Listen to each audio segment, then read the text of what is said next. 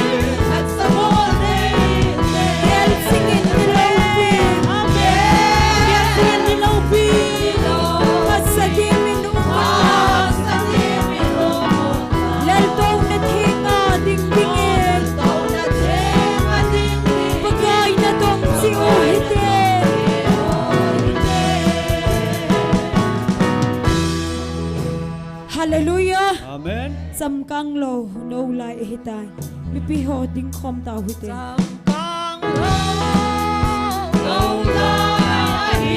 hey chang na som adau da si bang chun than chom te so si kai nem ding in no kin he hungun gelun phatsidan hi sinna thu sa tho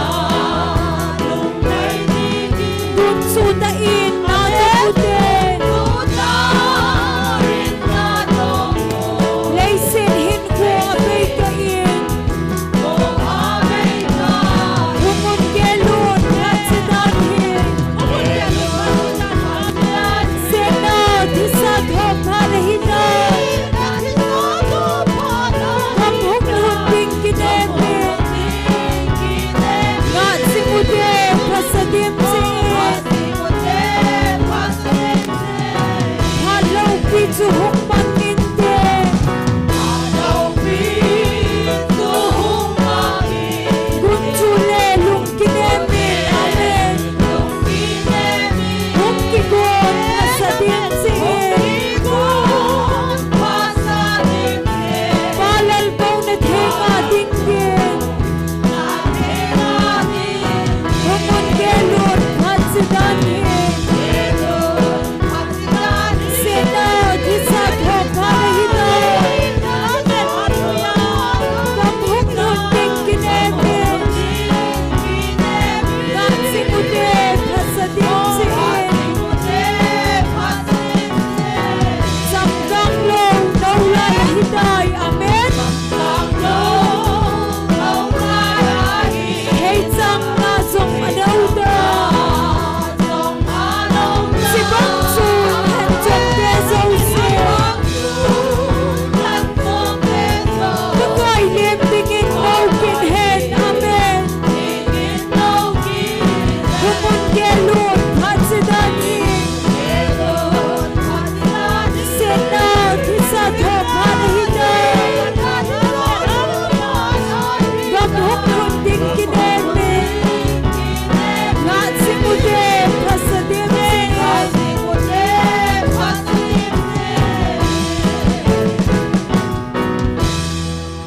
hallelujah Amen. pagaya pai Dấu xin. phat zau sen Bác ai phai.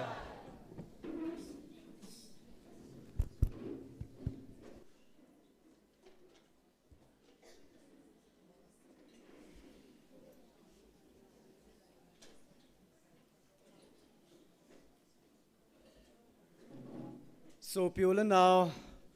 Online na hong pang ho dấu xe hin. Chile amuna hong pang nu le pa ulan au teo dấu xe. Bon savin ni khupa. Ni khupa hi mu sau hat chung nung paten thang va nei pe ve. Pakaya pai. Phat dấu sen. Hallelujah. Amen. Paten avel velin thang va nei pe ve. Tu ni ki ban sa na diu cham chain phung do in ka ting taw nei lam kai pe diu hi pastor ngam lun hung he ding hin pathen wa chela sadinga hung ki go hi pa khu khu b GMFDI member ani na hi nu kim nei ling in tin chiteng le taw na elam kai pe diu pastor ngam lun phat an he ding hin aban phat an la sunga hi nunga chong neo pathen wa chela sadinga phan te ti phat phat len ko pi ding over ini ki khet diu hitan ten Bible chang khat lani hin sim do inge Leviticus bungu chang som lani le som la thum hin siminge mai cham chunga mei kong chu kong jing zenga mitlo helding jingka sim jingka sile thim pupan mai cham chunga thing ati be jingding achunga chupum go thil to chu azam tu a hita chu thing chunga chu chamna thil to gan tha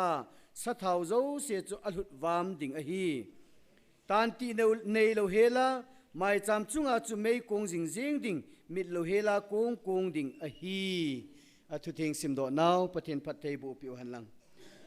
tu ne ong kal sung ho zo se mai cham mei kong ti dinga ong kal sung he je ven i ham pha ven tua ta san lo lai ho hi an ta san gang lo wa he le khunung le ki si di wa hi in ata san masahol ata san nu kha ho ichan wo yong ki bang lo de hen an ta san wa chan wa cha chan nu kha ho sanga hoi zon lai de na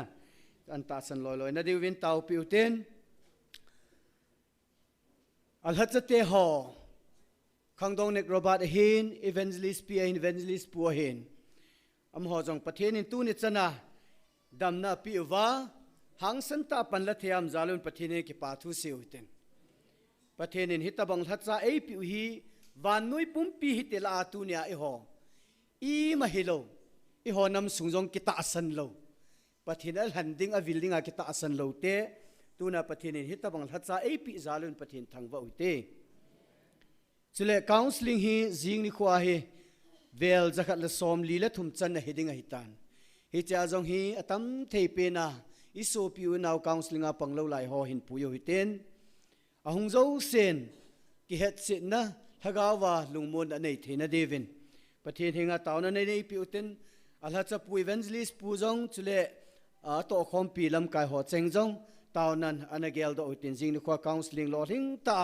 ประเทศในมาปุยนาดีวินตาวนักเกลโดอุตินฮิตเจงอาทิจุนตาวนั้นในอุตินตาวใจในฮีอีเวนต์ลิสปาเทียนมางินในปีลุกิปาวมินเตประเทศหิงาตาวนั้นในตาวเต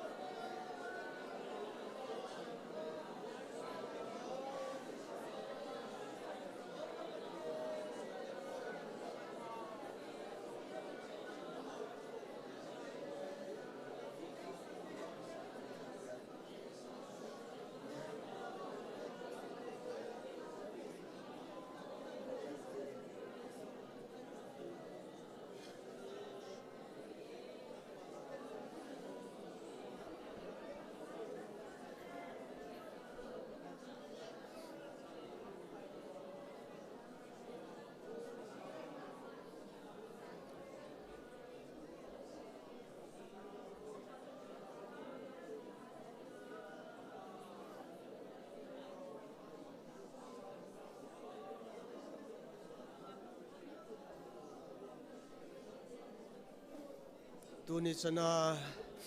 เองไงลูว่าขปาวปะทีนพัดพายปีว่าเอดัมสวานิโคพายปีจงูนางมานะฮิเจนกอมมาสันกิปาทุกเสวินะเฮ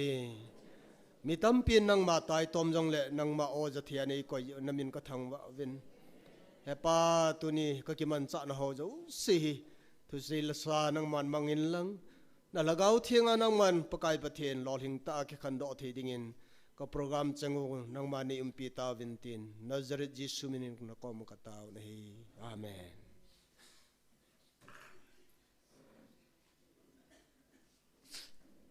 Ki paumen tu na banin pathen wa chaila sading pa khu khu be GMF DI member aman pathen wa chaila hung san tin aman sa chai chai le nu kim nei thingin an jom pe dingin kai ne se tun pathen wa chaila sading in pa khu khu le nu kim nei thing ana ko taw hite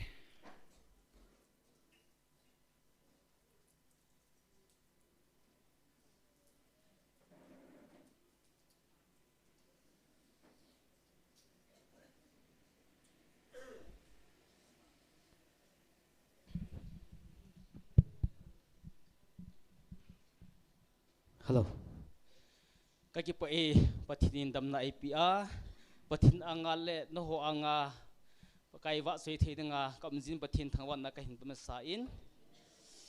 patin wa soi na dingin hungun leng sa te leng pan ai ku we ti hi patin wa soi na dingin sa nge. Hello. Hello.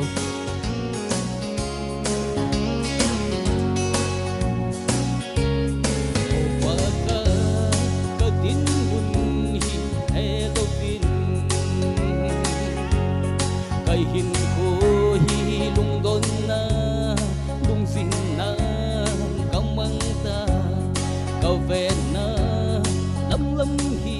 tim min kamu kamin hi lon nani khu adam nge hin na kapa kai nei kan au lu pe nei hi ai leng ta de leng pa ne ko ui agul wa lo pi pi dingi leng thu bang ki ko pi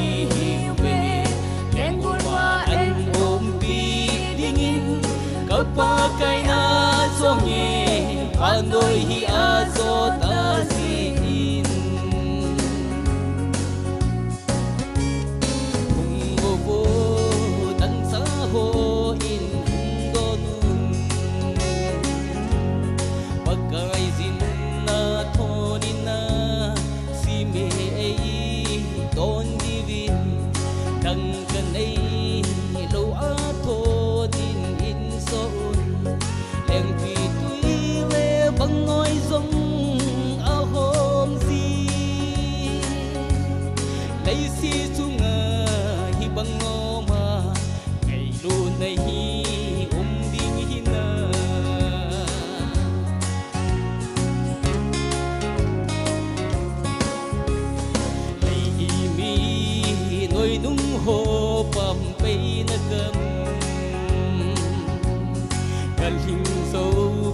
ka chut le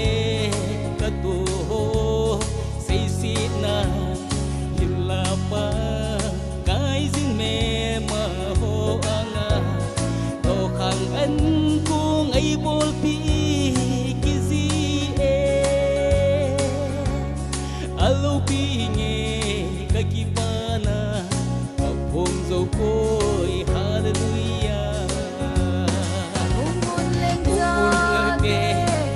pane koi akul pa lo pi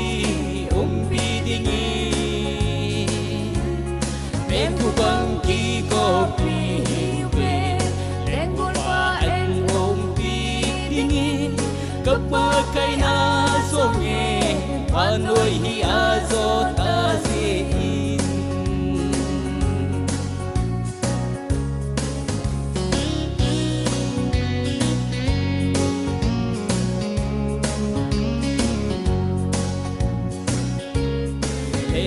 bang kopi hiu hallelujah na hai bang in kim khai lo an mel su kanei ta sora bang in ngol la ka lai sun oi na lo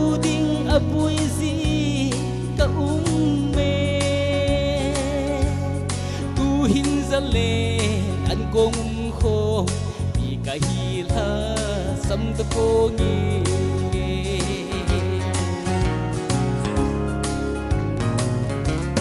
na lei se pugi ho se ha dingin so pi hin zon ti min le ina en ko ngum ding ne sen lo an si tin tâm ta mi dầu si đinh in con ly ta hùng dù anh cố ngờ dùn theo lại diện lâu giống ông ta phù buồn đèn ta nghe đèn ba này côi agul ba lâu bi bi ding lên thu băng chi go pi về lên ngủ qua anh ôm bi dingin cấp ba cây na so nghe và nỗi hi a do ta xin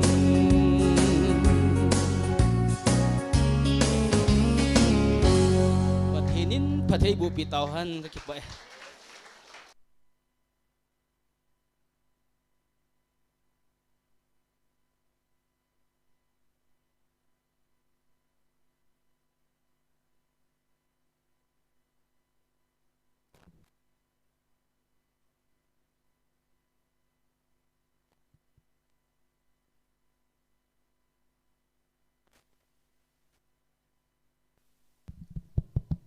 มาสอนนี่ขอพาเลยดำในเปียวปาประเทศกันทางวันตัวนี้นี่ขอประเทศไอหัวดิ่งอภัตนาเซโซโลสะโซโลไอจันนาวอสังเจเจนฮิเลกิปาเวสะนอินปาประเทศนินทางบ้านดิ่งอินโอคัลวารีลังคูก็กาลดเลติลาหินสังเอบอนจาวินอันนั้นสักหัวมุเตประเทศว่าจอยน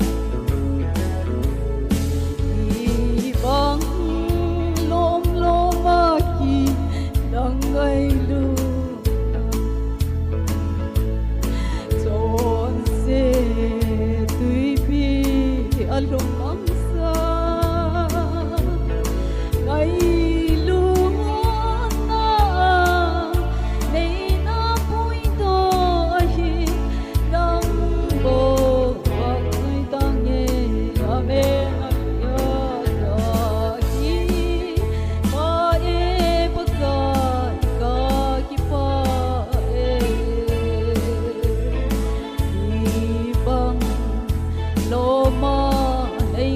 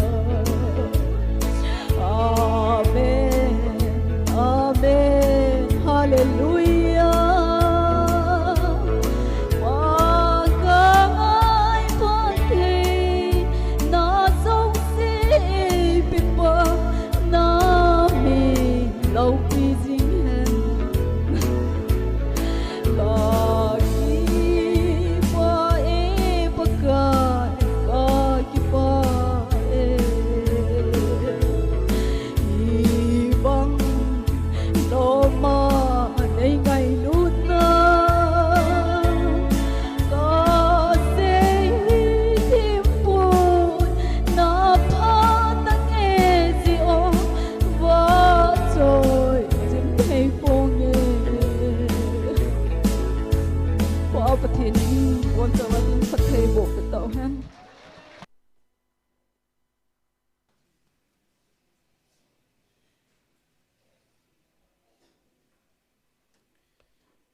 Kipa men patin va chaila ngai ta ta lung thing tong kha thei ta ta ei sa do piu pa khu khu bi GMFDI member le nu kim nei ling chunga kipa thui 7 amani zalin patin thangwa avine he tauna elam kai video pastor ngamlun phat heding heitan ma phat sunga hin nunga chong nevin patin va chailan sa ding hin cha he pastor ngamlun phat ti pa pa nan kodin ana khet ta hoitin patin va chaila sateni ikipa pi naw vet sa na le pastor ngamlun ilim naw vet sa na in bon chawin khot be ha ben beng hite pathen phathei bu changpumen pa pastor ngamlunin phan kila tele ma khona pita ve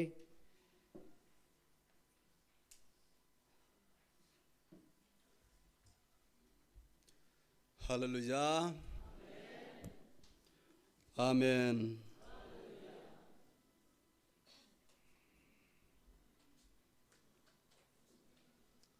Pathin wa choi na pathin thang wa na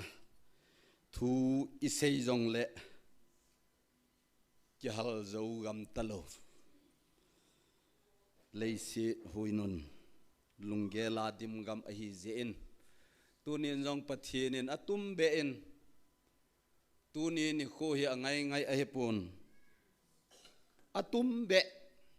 e ho a dinga ki pa na ni khu a e simpi kin wa hin pathin ni thangwa ovin online a pang ho a hin hichilai muna ho nu le pa te ho so pi go le pai te ho in sumi te ho tuni a hung kal sung ho zo se na bon savin kangai lut na vin je sumin chibai kan pichmin savin ai chilaya hong ki khom ho hi koi ma ko yong i povin koi man in solo yong ai pun ai wanga mihim hilo van le le si le tui khang lien sim pathin chun lung mongu vin mi ham pha na hi ve taw no mei ti kong zingon ati inin wai bovin kangai tu le tu kum sanga masazo GMFDI te ikilim bol dano hi keima chung sang thu dol to kate ka na kum jong a umjin kum som ni tabang masanga chun akui yong chu sei dang katin kain nei pi zela a umin ato nagari chun thil phalo pu jin ama mail hei pau thei lo hin agari chun thil phalo pu amei lei pau thion ama chong o le o hita chu pau het lo yang lung len ta kia bon lo ta nom ta jing apu wa hetan lokama tu lai banga hi phone lo phone chu ta su ta ki pi ho chu ai wa ai ti loi chun ki choi zo lo ke thing la nga kaum ama phaya lokama ai wa nga ma chun kho salo ta ki a hi eta ke kai lo pathin ni he nai ti te ta banga khu umai cô na pui yong la kho sadi lo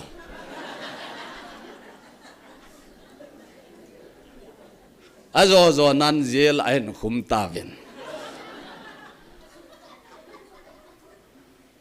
kain he do le zela phat chu na hita bang phal lai ta chun arek sandrian ho chu het di o hen garin neu ma so chu khat kan ei a hin phai to lam ka to thinglang ka chen na to kalha kan kalhai le na hi le mun khana hin tu lai asam sawiti ho hi a hin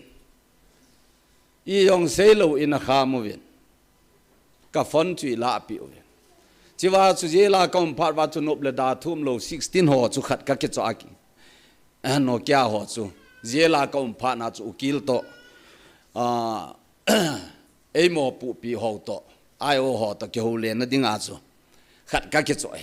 chi chi la pi uven ham pu lo hilanga hong su tak ka chi su na hele kanul nga ko nin khat hong chomen ka pha saman lo le ki ying lo ai ji chun na la in lo lo kong tho do le khat hong leng ki da tho ve to in lo lu ki kalup den le alum den ve to ti ki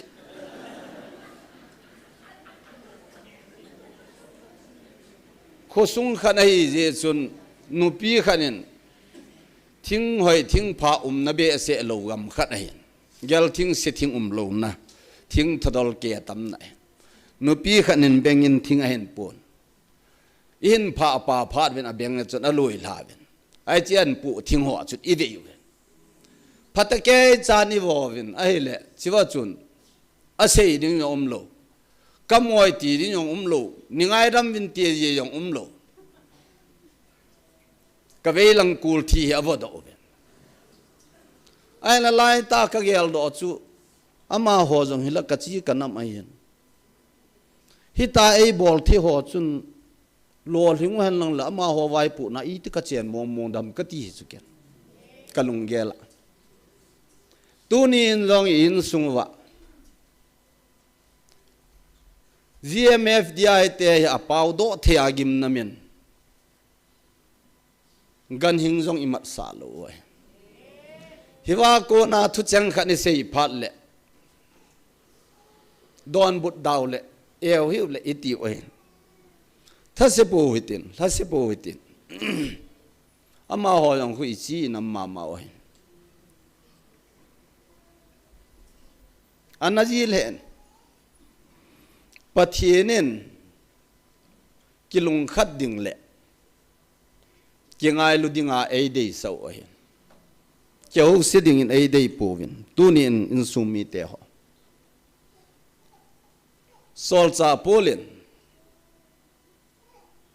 ki zep na dan nga ko na chun mol khat hlan ei ki zep me chi chui pi dia ki zep mai dem Krista ngai lu na thu pha a sei lang le ji a chu juda chon na kalwa la ki zep ding phal a hi lo ja chu mol khat la ki zep tu ni in anabe se ji ade na ki khom ho ding hin ha nat be se pon tin ati sat umai tho zo hi lo ai ha ka sa ji le igam sungu din mun ka ven 2023 a konin tu na mi ching ho hin ka so pi thi ho hi bolan hu do lo ham ka ti no min ka in so mi in le lo kya lo ho i da hu do lo ham mi ching ho chu ho ya no mu ham ka ti no mi jin na ka sa le ji kho khana hin pusal khan hi athi tan achapa chu apa thina mi hon apa lung chu an u mu ve khosung mi te hon apa lung chu u mun aka pi loi na ka pi win thamun na thu sei loi au line tau chun achapa chun asang kholain kiling wa nin ei mi zo pau khat to hindi pau ain chu halin jing ten la ain san in lang chu hin zo ne ti hichilain ta chun mi pi ho chun na pa thia tin no mo thu aseyo abang loi chu anu yu jong za hin tin chi pha na chun alung a hangin a han han hung do win ki bolu te ati ati ma hale tu chung i thing chung chang thi dol wa hin koi ma cha in koi ma a ki phin pon ke jeng jong hi pa sor ka hi in ei mi te adingen koi ma chan wang hi chi khu pa sor pun te ti chu kaloi ka go la kom jong le pa sor ho khun min ching thei ta thu se ya ki lim sa kapakai kapathin kapakai jesu krista ama je jong le si na len la ya chu kai dong ho no chi ho mit so el bai ho to ki loi ei jin al ha cha ka pan pa chu ke ki le sa thei kai poi ka tin กันโนมโนมาเฮมีไงมาอดิ้งวางสุกเสยปนปันกะละจีฮิจิไลมุนเจงาจงฮิปนพาคูอสิเตียงเละกุยมันปนพมามาจุนอเบปนเสียลขัดขุกิลาอาปนพลายจุกิเบจีฮิจิตบังอาจปนสิขัดตบังไม่มายากันอัมปีเสสาขุสุงเลเวงสุงกิฮัลลัตสาปะเทียนลุงอ้อยโมนักจุงสางทุดอละกันอัมปุ่มปินปะกายปะเทียนินนัดโซนดานหอบอดีตะโพยตีอาเฮเลมุนขัดเบียสกะหูเทดัมตาปันลากะเฮบเวนตูนินกุยมาเองหดนันจงเฮลาเห็นปันกะละปุนลุงเสเต้นกันสุงมีเตหอออนไลน์นะ GMFTI กิขอมหอที่โดจีงวหันทิ้งนับปุลินปุลวหันนัดติวจงจวนงาวินลังเจ้าทิ้งนับปุลากปุลใจเกวเละน่าหัวสัตดิ้งจงอหิดีปุนวานกำจงลุน่าอหิดีปุนอีเจ้าหน้าให้มีหิมเจ้าหน้าดิ้งน่าหาสเบสนากัสจินปะเทียนทุหินกำยีนเอกันสุมีเตียวเลยเสียนาตาสกิวายหอบนาบอนกำยีเอาเทียเฮเลปะเทียนทุจงหินเสดิ้งเสโลดิ้งอาเหตุเทียมแหลงเทียมหีแหลงเทียวลิจิคัลโคลีสอาจุนทูกะหินสับเจียงอะเอทิกส์กสิมุนไอเลตูนีอาไบเบิลเทียมตาหอนเอทิกส์สิมโหจู EPI จะว่ามีตาหิเกี่ยวจิวหำลุงดอนอมตัวนี้อินเกี่ยวไอมัวนัททูไอปนอิตาสลุงทิมหอสุเนมจิวหิตินปะเทนินตาสลุงเกลหอสุเนมดิ่งอินเอเดยวินตาสลุงเกลหออิธาเตียงอุเลปะกายไงลุนานอิจุงวานาอโตเบ็บดิ่งไอบวินตัวนี้อินจิงตาหอนจงเทียงตาเซนกเสยยิงตันกันเอาปาจาเตนิอหินเกยจนูอหินกลอยนูนาวปาจาเตหอสีอหินกอินในปีนูอหินกาไลตาองกิปัดขอไลตาจุนพายสุงอามสุเกวิน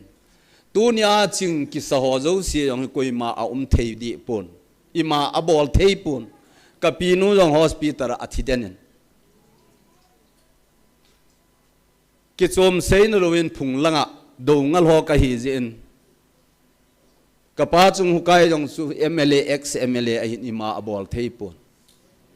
ก็สูปิเตนี่จงขัดดีจีไอหินขัดจงอเลียนเวไอหินอิมาอบอลเทยดีปนเฮจินียานำปุ่มปีนก็อินสุงากะจ้าเตกสูปอยนปุยโดอจุปะเทนินลำปีอันงูนันปุยไอบุเบนตัวนี้อินจีนั่นแหละทิพย์นั่นกิดยำโปหิตีวินอินสุงเลยสิสุงาทุสิมาเหตุเดียวอเล็กซานเดอร์เดอะเกรทกิติปาหิแรงหาตาหินไอ้วางินอาทิจุอีที่ที่ไอเมเลเรียอาทิบุถูกางนะเปียอาทิบุกระถูลัลจินยำตาไงโตเสียหลิงลัลไอโลเลเสียวาลเจ็บจ้าอินสุมีเตียหอปูนัดนาดิ่งอนำจงเละนางไงมาหิอุนลังอินสุงกิเวตตุมุหิตินอินำสุงมุขันโตนดิ่งกิไงโตหิติวินตาซาลกาวะอิขันโตดิวจะหาเกียโลหิตินเอโฮเลโฮกิบุยปีอินอิมาจาพัดจุมปุนตินมิจิงปัสโซโลมอนินมีเฮมลุงแกละแกติงเละตาซาจงอดัมมอสเอตีจีมาเละอิไม่โซจงอลันไหลจูจีปนลุงแกนัดนะอากิตัมเนจีอินอาจีจูโฮลงาลิเลฟันพัดิงอาเห็นเอโฮเป่าปะเทียนเฮหมอโฮเทฮิโลอาเห็นโฮตาโฮดิงไอบ่เวนจิลายาทุพนินทุพนติลายาอินเซย์พิวจูเฮจิไบเบิลฮีคนงาดิฟเลสันฮีคนงสนาดิงะมิโซสีกะหูนาวนะเห็น atin ani khojet chu kana het tapon tu nia ke man na ho ka hu pi naw he tu le tu na ho a ding buwa ka hu pi ve tie je chun tu ni in e ho a oza a ta san ho lung tha selovin na pangohitin tu nia a oza theilo ho jong an za tho diu a hen ka sei ji tan ei mi te hi aphat vetu chetna aphat kun ta le del ji te I ve kati in kana sei ji tan tun in jong aphat hi ni a ei mi zo la le hindi la kai mana sapa tabang I in sunga I pi lung hitam tiong hello ama tho thu se min chang sakana don but jong le na bol thei dan win hin bolun ikivet la di ve kiti ka vet na le aha san hi cho hi lo hi le tu ni a cho si chu thu si am thu puam ka heta pon nam dam na I hol na diwa ka sei do hin tin hi chi wa he kamu a hi jin hai chong hi agilo pa en kaman sa phata ai ati hi thu khat se na hin adi na ta khat zong omin kain sumi te ho lung neu pu hi tivin sol cha polen ki pa thanom jingon tikit le winge ki pa thanom jingon na ho na chon ne mu miu si he ni han pakai anaje ima cha lung kham na ne hi un a hin imalam zo si a thum na le taw na mangin na thum zo siu pakai het sa un ati hen tu ni in mi mit vet le mi ngai tu a hi a hoi ta chum a phat chum ai lo le ga chung nung jep hi eon category iti diwam sap te pawin ki seile ama e henovin ai wangin mi hem zo si kibang hi cho pe na yong tua MLA ministry ti ho yong khu ke tu nya ima hello pa hung pin ni ta banga chu pieng tho ai ahung thi kit phan yong le ke thi to banga thi tho di chu hiya chu in sung wa bo hi mi aphat dung zu ya pathinin ei gon piu talent dung zu ya chi ai bovin tu ni in sung wa chilai GMFTI member ho khomu theilo hoi ka la kum le thang sit thei wang chu he pon lunggela thang sit kat kasan aji choma ho in akoluwa azau tai lovin aminuvin ima he amut povin amulo je o hin alung nat naw hi olin tin pathin lung mon na pa hin ama ho zo a dip divin ka ging chan ham pha ka savin azo teng lewang hichilei sit dam lai ni khu ki chai teng lewang hin koi macha mit so el bai chum ta lo ding a hin van khopia thakhat ne ding ai tan anun nom a hi veti hi ka sei do nomen tuni in sung mi te ho lei sit a hi na lai ji in lunggel ki ba lo hi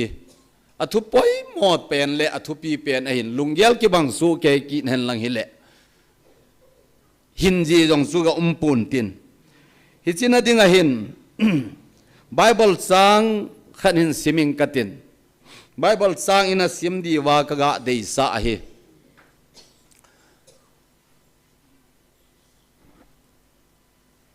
gam gi thu neo cha kain pha pu ji chun sol cha polin athien khuwa au lim na hi sol cha bung som la sagi chang som ni la ni a kon hen hin sim suing katin som ni la ko chan hi ana simoitin suin pol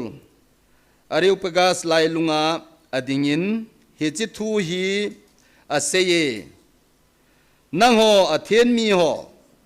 imalam zo si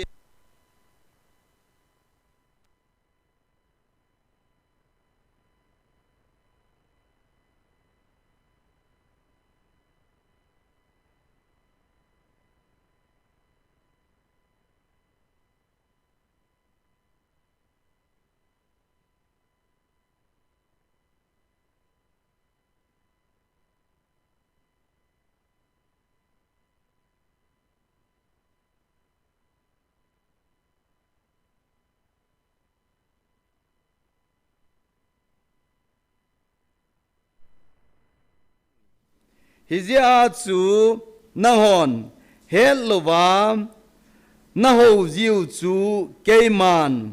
na ho ka sei do pi na hi ve và noi lấy sit le asunga thilum zo se sempa pathin chu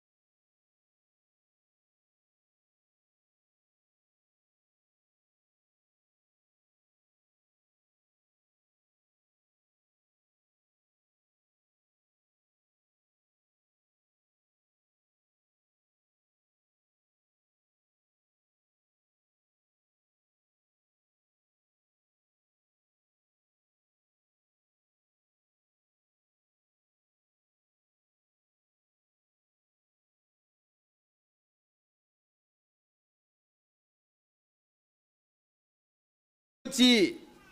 chom sun thiêm hồ la a koi ham je ngin zong e ho zong am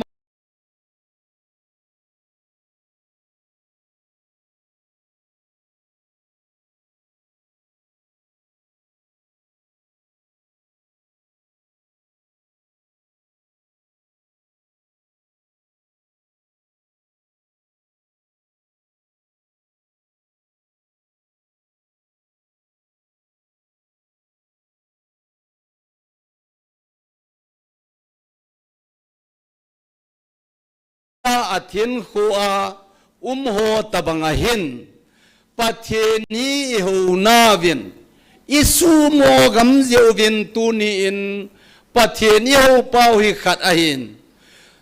tu nia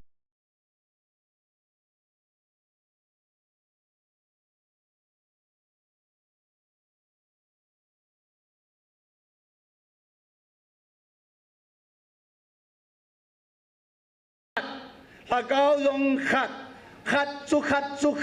hi giếng hay bầu chu amun la phat dung zuya chu khát hi chu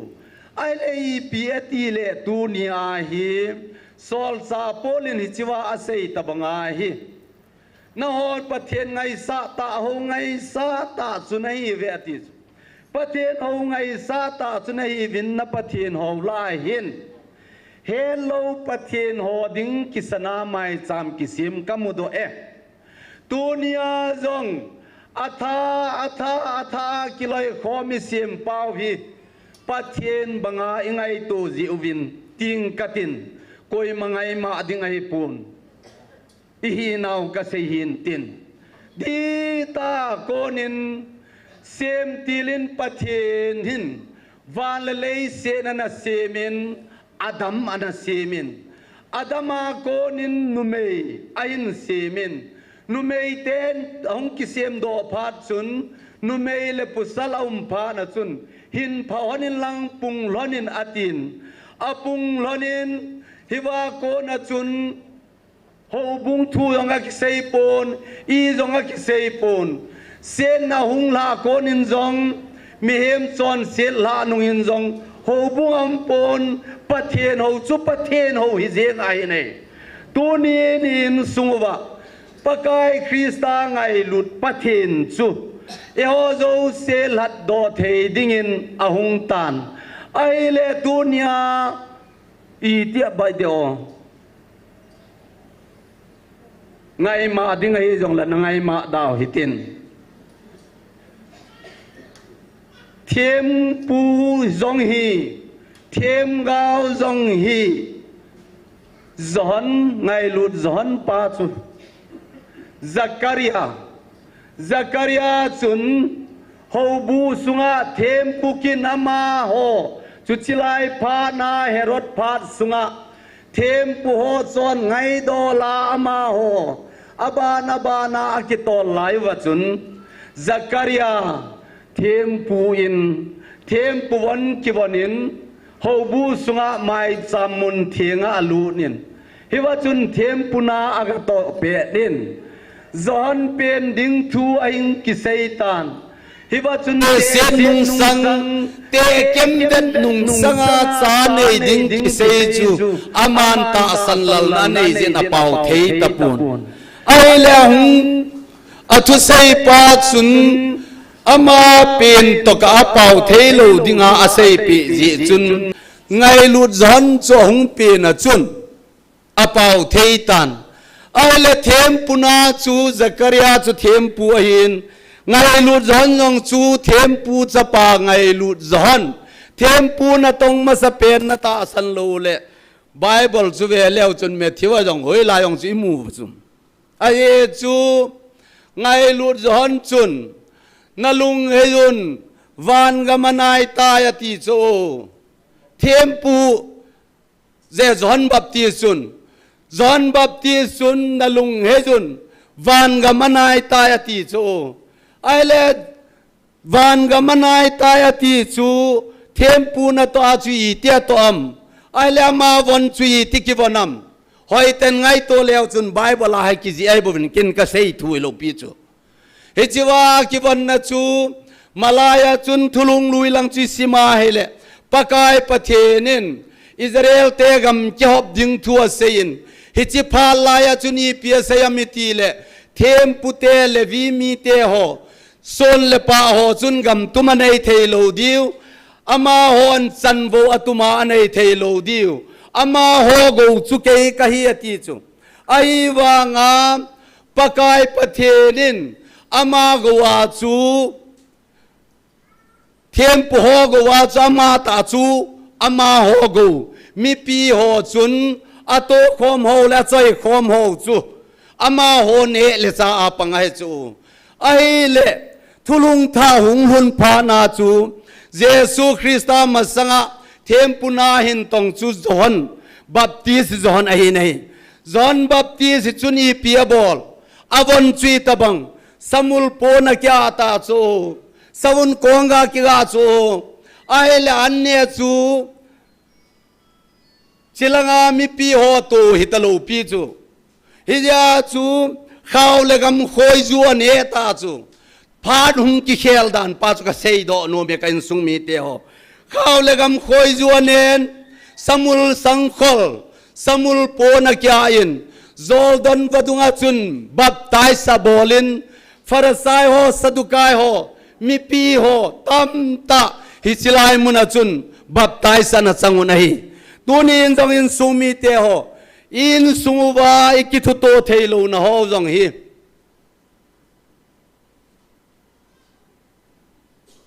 Bible in ipi atuma Jesu Christan ipi thua hilam Jesu Christan nalung hejun ngai lut jonin jong nalung hejun ngai lut jon chun isai them gawin gam thima khusam o khanin pakai lampi sem to san koyon alampi sem jangun ati chu ka he ati chu di ta sei yong le athu kila de lo chu dunia jong lei se chunga Jesu Christa pengin amata chun van noi chon sena konin ei lat do tan ama chungai lu na hi ti vin sei so ke yun thei so ke yun ei aban kina chun thing pel chunga ki khai sanga yong chun pa ma ho hi ngai damin atina sei Bible ai movin apa chengin Good Friday chengin isimuna hi ai le yati le ngai lu na nei pathen chu i ho wa i ho ngai lu nai nei theilu ai dem tunin chong hi kaga sei do dum ki nin aban ki sei tam thim hen lang hele azo khat le koi tabang khat la lunghang kin umin tin tunin i ho pau pathen hi ngai lut pathen hi bo ve kan sung mi te ho phat bi hop to pya gam ji se khen pe hi nei tunia in sungwa ke ho na ho ai lo le in sui ki dem to na ho hi nam khat chi khat hi mong mong hi nam ตีฮีกะลุงเทจีเฮประเทศหูอีหิวเลเยซูคริสต์ตันอีที่ทูเอฮิลุฮัมเยซูคริสต์ลัดดัมสาหิวเลเอโฮหินเยซูคริสต์ทุฮิลฮีอีที่ละวะฮิเดมไบเบิลอีทีวินไบเบิลฮีสับเตปาวหินตินอามาสังหินกรีกปาวาโกนาหุงกิลาอหินฮิจิกรีกปาวาโกนาจุอินเซโดเตียงเลขบูตีนอหินอหิเลฮิจิฮีกุมสังเลจกุบสุงามีสอมลีอินสอมลีตะบังอินติวเตเอ็กเซกอินเกฮปุนสอมลีตะบังอินอันนาจีหินสังเลจกุบสุงาไอเลจิจีโฮจูวานาโกนาอโลมากิขิดบอมาหุงเลียงลาฮิโลวะหินฮิจโฮจุนอามุนละมุนพาดุงซูยามาลายาทิลุมดานโฮปะเทนเลขาบูอันนักิเปโฮดานบูอันนักิเปโฮเลขาโซลโฮอาโกนาหุงกิลาโดโฮฮิจโฮจามุนเลพาดุงซูยาหุงกิจีลูดหินเลยเสียจุงาดิงาเลขาลาเลขากิสิมตัมเป็นเลขบูจูประเทศเลขบูประเทศทูมนะตัวนี้จงยอนประเทศเลขบูอิติวประเทศทัวฮีนะป้าจุยเปียมิตีเลฮิจิเลขบูฮีสิมาอิจุยาอิตาสนายเลประเทศทัวเฮบวินฮิจิจุยตาสันลวายเลฮิเดลวะเฮตัวนี้จงกันสุมีเตโฮฮิจิเลขบูไอมูตัมเปนุฮีทิลดังไอโลหินปะกายไงลุนนะทูประเทศนี้นะมีเตะปุยนะทัวหินประเทศไงลุนนักปุ่มขันนะหินไอ้วางอาวานน้อยมีอินฮิตเลขบัวซิมตัมเป็นนะฮิตกิลฮนินไอ้คริสเตียนละฮิตsociety สุงเจงอะจงหินฮิตเลขบัวฮิ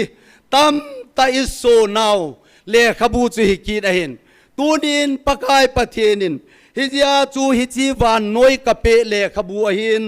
กัดทัวเฮติจูวานน้อยกับเปหินตูนียากะฮูปีนาวหินนังโฮอาดิงากะเปอุอาเตียเขลสวยนะฮิเจจุนตูนินอินสุงมีเตโฮลุงกิลเตนไงโตกินโอหิตินหอยเตนฮิจิลายมุนาตาวคอมโฮหุงกัลสงโฮจงทัศเซนนาดิงอิมาจาอมปุนลาดานาดิงจงอิมาจาอมปุนเตกาขนาเซดิงอินกะอินในปีคูอาสามาเชจงลังกะจีนัวฮีกะให้โลจุกินอะเดยโลจุกะบอลเดโลจุหอยลายะมณิปูลาจงลังกะจีนูจุกินกะเฮ็ดจิลมินะหอยมอยติจงลังเกนกะจีนัวฮีจุกะให้เดโลมิสบายเฮ็ดติจงลังเกนกะจีนูกะให้โลตูเนียประเทศไอโฮปีปาวินกังไอลูดกะซาเตลุงมอนกะเปนฮีเวติลุงมอนเทนะจอยละไงลาคิดดิวทีนั่นแหละเฮลโซนักยันเทนรัดสมมิตูนาวากูนะประเทศนี้ฮิจิลายมุนาหินตาวนาเมตีขอมวินลังลุงโมงวินมีฮัมพานฮีเวตีฮีอัทุเซยปาจงอิดนักโอลวายเจ้าวาอิมิดสังตาวายกิโลยขอมอนบดานจงอิกิวายโฮมปาวจงนิโคสังขดาวาลตาจงอิหุงเสียจมนาวปาฮีกาลาคุมเลอีกาเวนายละทัศเสนเทยตาตาจงอีกาลาวาจงหงดิ่งดอจินทัศเสโพหิตีเวเอโฮปีปาวินเกนบอนตาสาสมขนาดิงาเลยเสดำลายนีอาดิงาไกอินเนปีนะฮอนจงสุตบังานะอินเนปีนะเมลจีจิงวาฮีเลกับปะกายเลกับปะเทนทิศนาเอจโดปานหอยลายมุนฮิจงเลทีนะดิงมุนาเอหูโดเทยปาจุนลุงงอนนะเอ้ก้อยเปียฮีอาลาโดโลดิ้งหินกิตูเด็ดจิงอุเตตีฮิกเซยโดนมจอหินเฮตัวนี้ลินสุงมีเตโฮฮิจิลายไบเบิลสังอิสิมนาวจุนอีเปียเซยมิตีเลประเทศโฮนังไอซาเจอุวินกิโฮเขลขันเตตีอินเฮลโลโฮประเทศสันดิ้งอินไม่จำกำมุดเอนะฮอนนะเฮลโลเป้าจูวันเลยเสร็จเลตุยขังเลนะสุงาทิลุมโจเซมปาฮีวันเลยปากายอามาบุกซาฮีอติโนมาฮีตูนินจงกิโลยคอมนะจัดสมมิเซมวาจอโจเซฮิเลยเซนะฮีนาลายเจนอโลเทลวากิโลยคอมนะเบอินไอดิวซาฮิน hi chi ho zo se chu pakai pathian pan na lovin ki to na de pun tin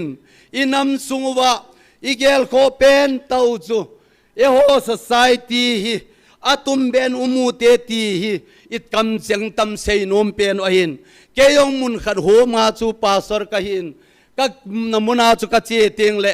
ka ho bung mi ho ko ma chun a hi theile ta san ki ba pi lo ho chu phat pe hi un ti chu ke sei nom long hi ki dai chu I pj hami ti le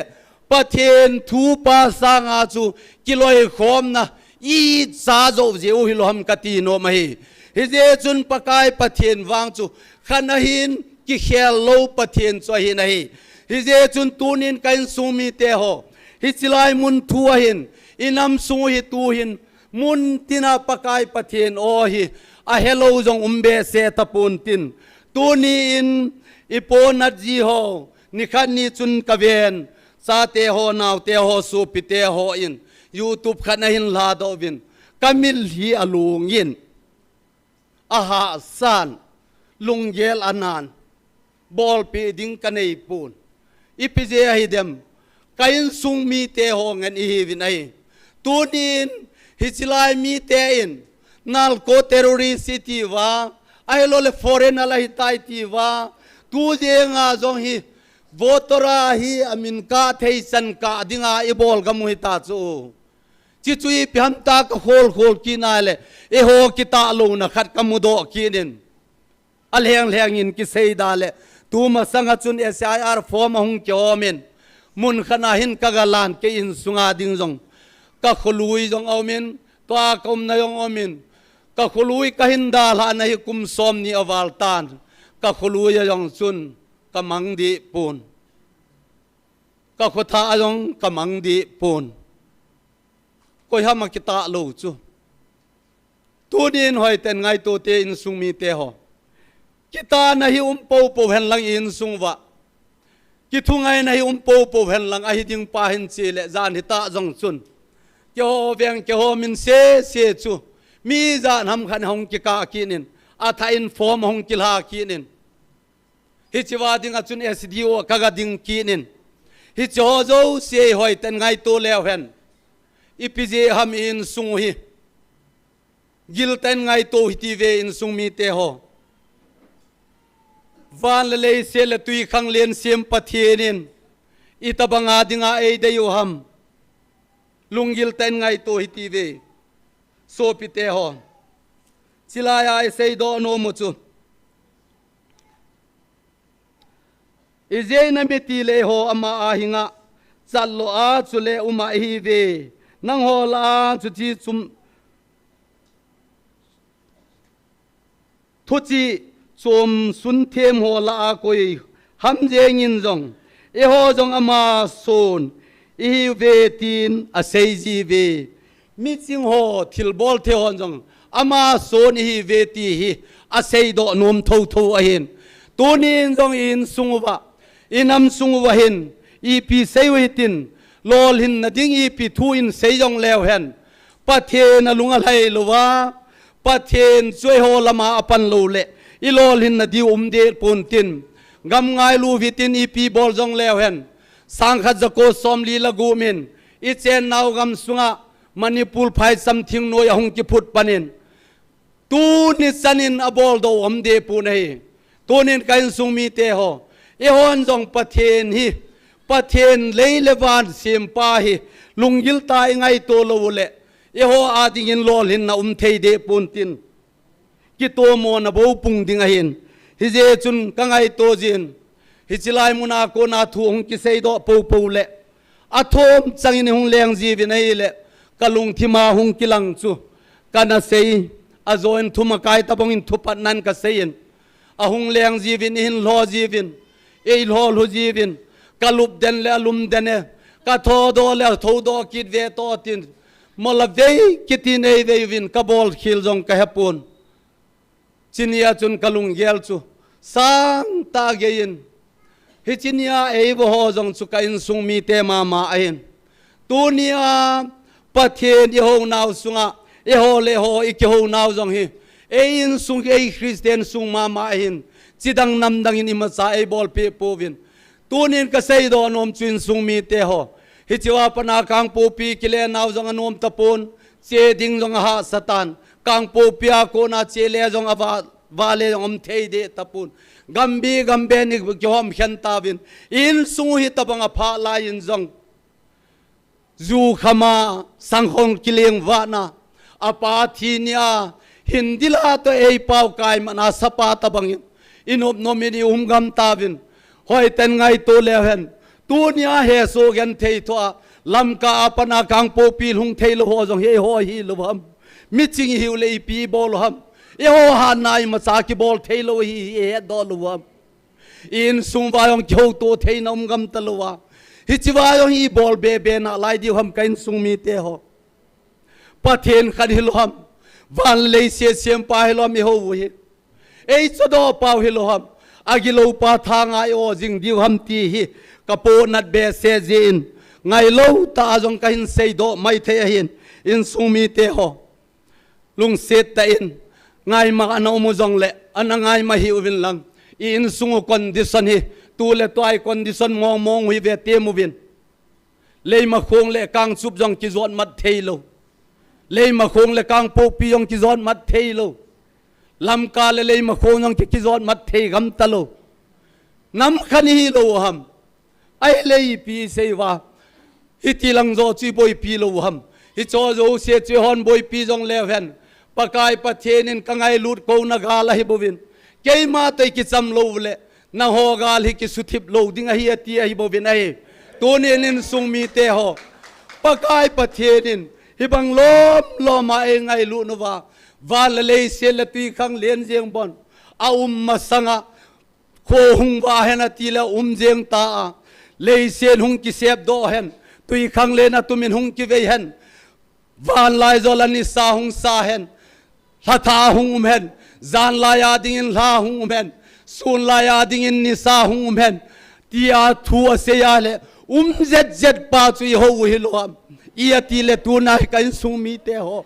van le pa ka ye ho wa in sung wa I chung chang thu dol wa hi in sung wa he so na ki chai mo hi la boy nai ki lam be be di ham in sung mi te ho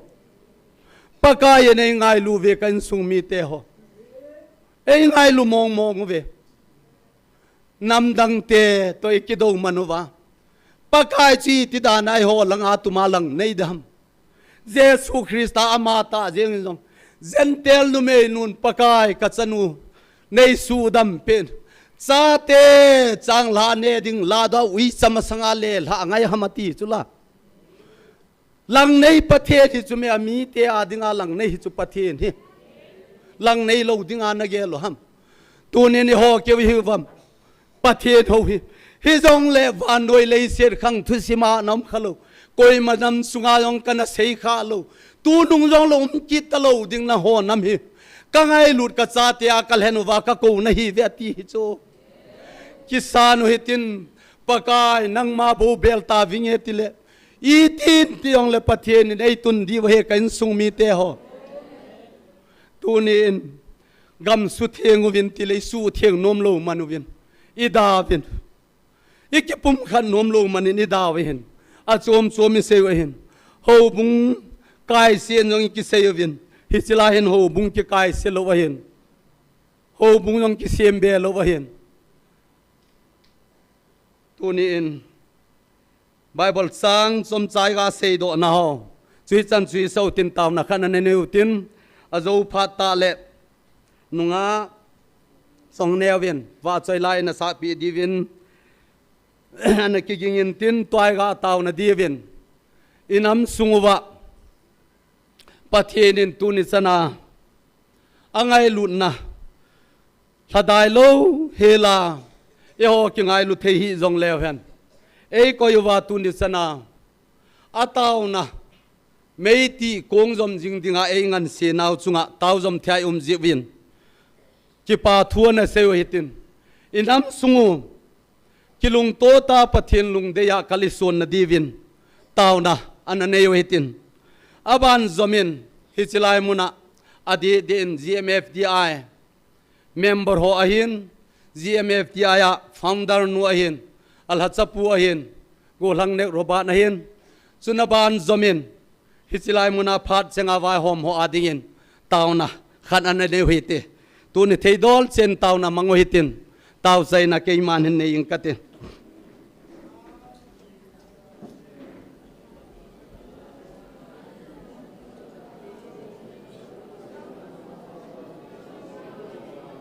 pakai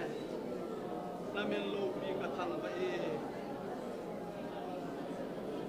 kunin ayen sumui no pa na gam lung ta hen lang ye ho to the lo na gam lung hen lang ki min ma na gam lung ta to le kab le ma wa the e so gen the a the lung dong lung le wa ya the insan ye ya ki kom to the gam ta lo sele wale na ding dong ta lo Idem dong le dunia kain sumuba lambat ta me di om sing bin subin hiu bin na ki to ke bana kone chana kal som dom ding the le koi nau suma ki pa ka se nabin lo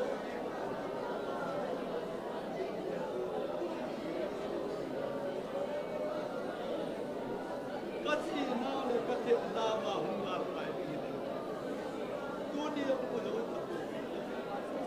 koi masa bol the jam he nang pa ngai ta dei bo wa nang pa ko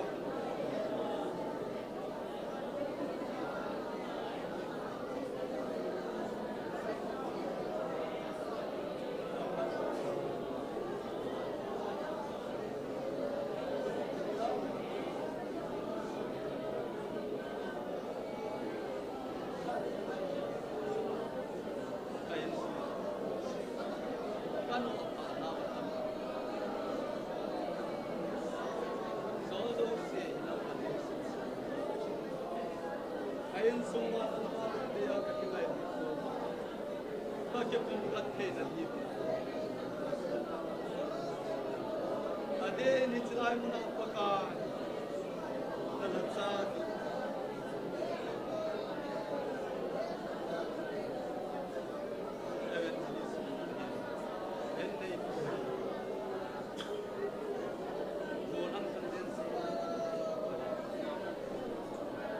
nami man sa pa hi dia me musu na ka jo ka ata ka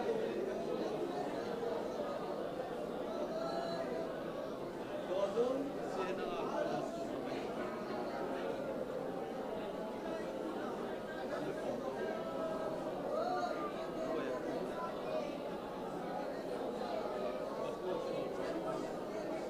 namma hi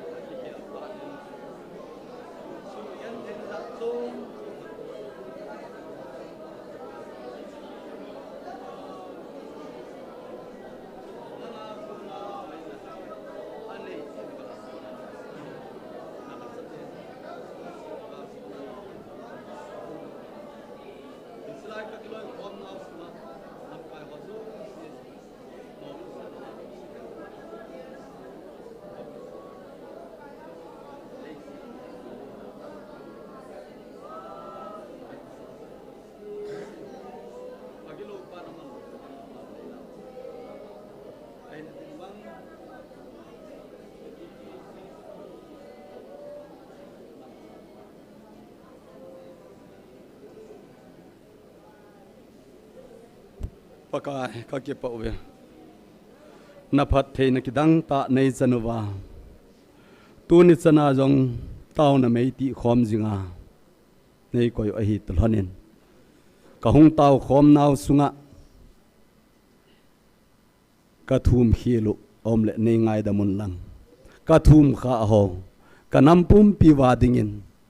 kilung tu na le phat thei chanan wang nei bu pi ta bin tin pakai je sumin ka taw zo vin ai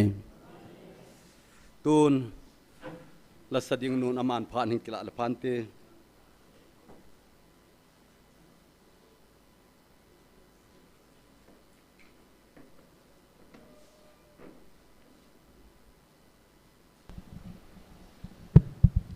Pathin vợ chuin đi dingin idinga ki ngai si zin him tela chuin sang.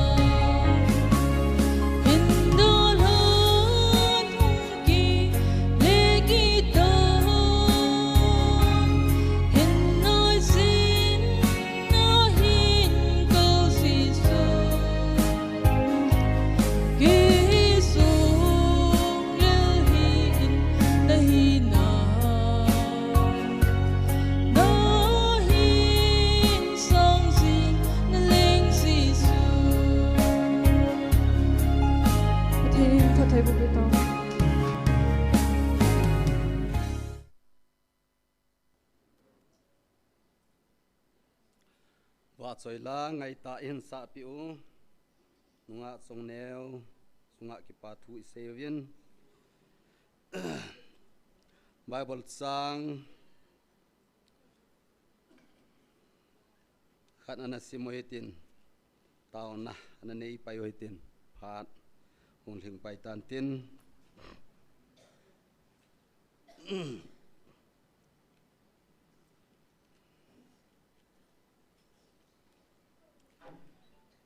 pakai jesun seijuite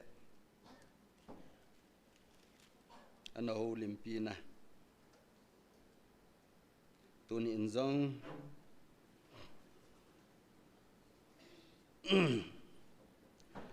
avelin ana simdo ki nuitin chin phai pu saw hi jong le gospel zone bung som la lia chang khana konin siminge nang ho lung khami un pathian ta sanun keima jong nei ta sanun kapai na chen na innum tam ta umi lo hi le na za uwang ka sei ta hi ding ham aji chu keima nang ho ding mun si ma chi ding ka hi chu le na ho ding mun si ma ka chi a hi le keima na a chu nang ho zong na thei na ding uwa keima hung ki ning ting ka hi nga dinga ka hung pui ding na hi ve atu theng i sim avialin phat thei bu pi han lang chiwa thu sei pa isim do hi mi him ji hi jong le pakai je suama chang ta kalm cheng a hin ama ta jong chun leisi na hi he su gen the tampi athu a zo zo si chu a khel pha na hi van khopi a thei na dinga na ho ding mun si ma chi ding ka hi ati a hin e ho a dinga jong a sei tha tho tho a hin hizia chu hichimun chu ilun ka wa hi ta sanna pathin ikitu naw le pathin ibel naw hi thada lo he la pan la chi ding dingin ikitim nom nei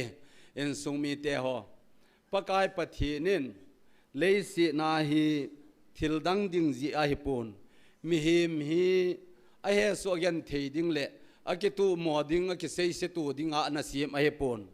ama lim le mela mi him pa chana sim a hin ama lim le mela asim ki bhilwa ama to him khom ding lungmong ta ki pa le thanom ta a hing dinga he su gen thei thu lo ding thina tep khalo hil dinga ana sim a hin ai jengwa nga chu hichilai ta chu agilo pa ana eng si in van mun a chan zo lo ding pha na ama to khom ding ho chunga chuna ato le tunia hi idena ko na hung ping do mi him pa pathin mi pa lep na al pa sun le pa ho chu hi ji wa hi e chung wa thil se nom ji hin ai je wa gin jesu christa ama ta in ngai lu na nei ta mi him hilo pa pathin chu ta samela mi him ta sa thi sana chon si lut chu thi sana chon si zaw lo hil khanin alhat thei lo ding ja chama ta hunga athisana e hung cho do wa e hung cho do ne diu mun chu hoilai ham ti hi leise na chu agilo pa na to thil bol ho zo si chu azo ding a hi ta ja zo ke ma mun si ma chi ding katin zo zong a zo tan sim zong a sim ai tan a hung ki ding nga wa he bovin hi ja chu jesu christa en ama ta en zon ane a hi to kilonin tuni in zong in sungmi te ho in sungwa go chom chomin boina nei hitin ai lo le lung thase na thei tampi nei zong le hen pakai pathian chu ki khel lo ahin athu se yong leng ngai lo ahin sem tila asem jong chu ki khel lo la ahin tuni chana jong ki khel lo ahin ade in hichilai muna pakai pathian na to ki khel lo chu hichilai muna gmf ti ai muna taw na mei ti khom na muna tuni chana ki vai hop na jong chu hitin bolu te ti mi him lungela e ho ni semu jong om de hi lajin pakai pathin mina ko na jesu mina ki tel do ho thila ho yong khu angai in jesu mina ti aki khel di nai pun wa noi le sen mi him dan sem hi lawang jesu mina ki del do ho jong khu min chom chom ma idel mai thewai tan van noi le se dan ki semi kum khat kum ni hong che chon le neu cha hong ki ta no ting le ki vai hom na dan constitution ki sem ho jong khu amen ki bola elo le revise ki bola ki khol ji hin jesu christa dan wang chu revise jong bol ngai pon amen bol tha jong ngai lu hi la hin hi je chuna sei cho se hin jesu christa ma ta in na ho ding mun se ma ka che ta a hi le ke ma ka hung ki ding na ho ka hung pui ding na hi ve ti a hi hi je chuni na nga do jing theina divin ta san long lo hilin e ya hi pakai christa thanei na chun i chan ge ya vai ania anei lo ham ti ho zo ke kholo hitin tunin izanin ki sei seu hitin izanin ki dem to hitin izanin ep sei yong leven akan na pun tin aji chuwan khupia chun cho zo se ki lamang dingai tabubin tuni in kangai to jin mi masaho jesu christa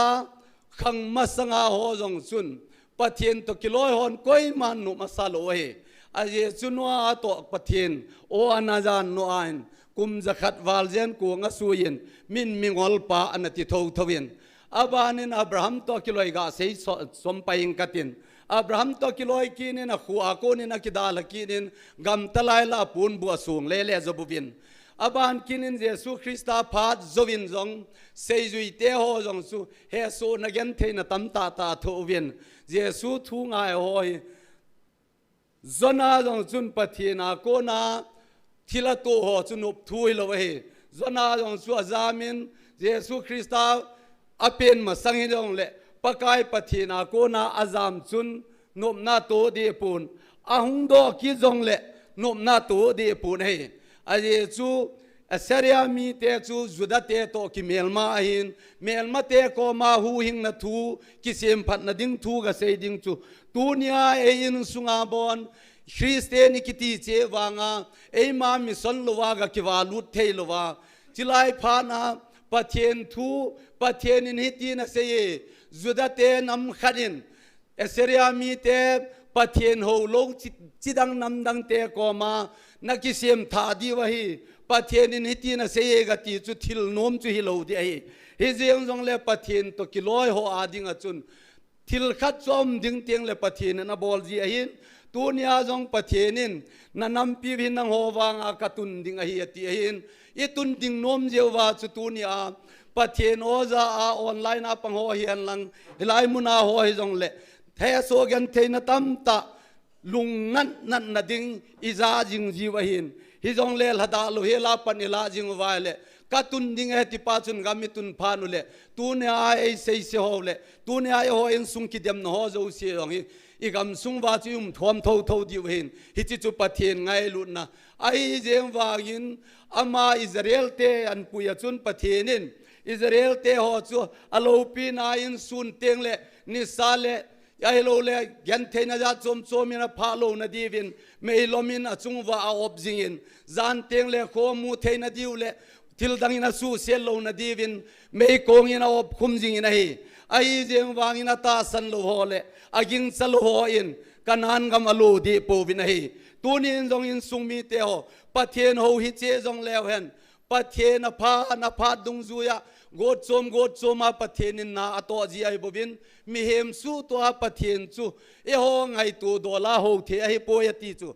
azwai sim do na wa chun je chun tuni in jong sol cha pol jeng jong pakai Jesu Christa lampanga dinga hung kile hei phanin gamalel khopang bula seilit na ho adan them no le hen na ho zo se chu e tabanga hin gel phanin su gen the na hung tan he so gen the na tampia hin tho tan a he so gen the na ho zo se chu ama ading in ki panan anei thei tan ai tunin jong kain sungmi te ho khonungai chan diu pa le Jesu Christa ama ko milhun tengule kengoi no lal to na ma anga tengule tunia ki sei se no ho hi za ki na ding jong ta pontin hin sei ki dong jong ta pontin hi jo sia ko nai ki kang se jingwa lung na chang ta pakai Christa e ngai lu nai so do pau ama de lama dingin ikite mu na hi chi chu tunia dinga pha chom cha ki holim naw le chom cha ka pha la sung hin tin tuin a pha na chai na ding in taw na ai tema kaga sei nom chu tuni in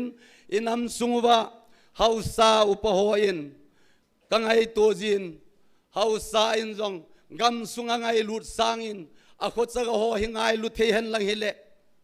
a khol holding in kaging chan abanin mission lam kai ho in jong mission mo pohon jong a mission sang khun a member ho zo khungai lu hen lang hele igam sungwa hin ki to zon tin mi ji mi cha I boy pi sangin e ji e cha ki boy pi hen lang mi ka boy pi sangin ken jong ke ki boy ping katin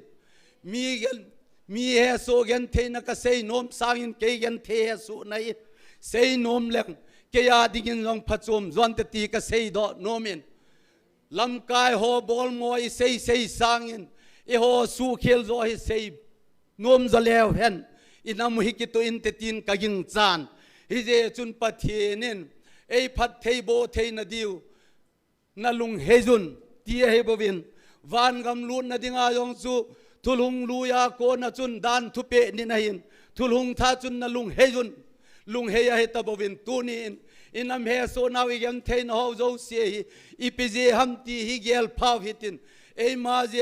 je hamti ke kholu hitin ilung hei cheutin Jesu Christa ngai lu na thu zo hi zomu hitin e ho khal khat ki ngai lu hitin lung hei thei che leven inamu ki tung tan te ti hi tolhanin hausa upahoin ai ding bang ta patheni nangan se naw a kho sunga beng sunga ngai lu thei na divin a kho mi te ngai lu thei wa pathen lung dei lama kho le benga pu tu thei wa gam sung vai hop thei na divin chi na le her khen thei na jong na thum pe uitin gam sung vai hom ho zo sen jong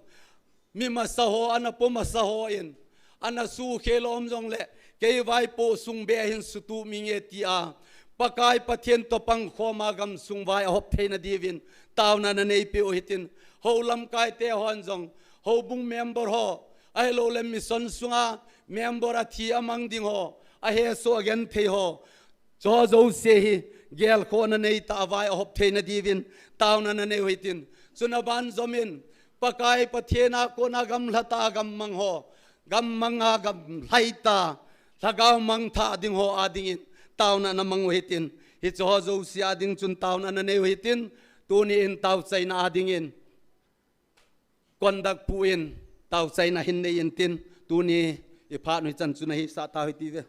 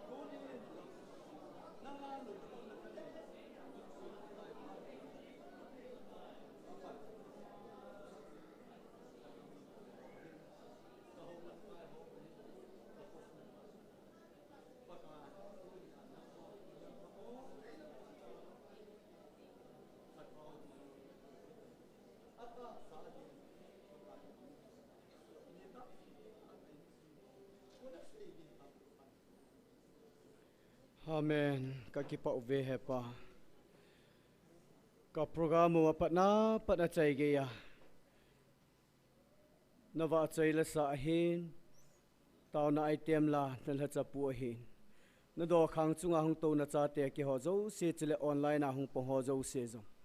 Ka bon chawa nang man. Nal hagaw thinga ne hat khom piwa. Kitup ta program ka chai thei zalu na min thing ka thang wa uve. Ka thum na ka tao na ho zo si ehu hingu ka pakai ji suminin ka hung tao ve.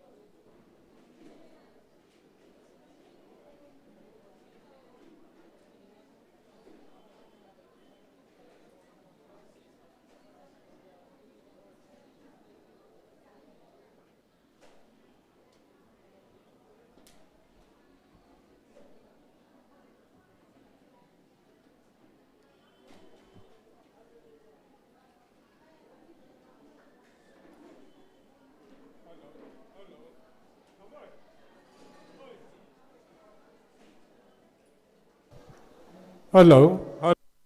hello, hello, hello, hello, hello, hello.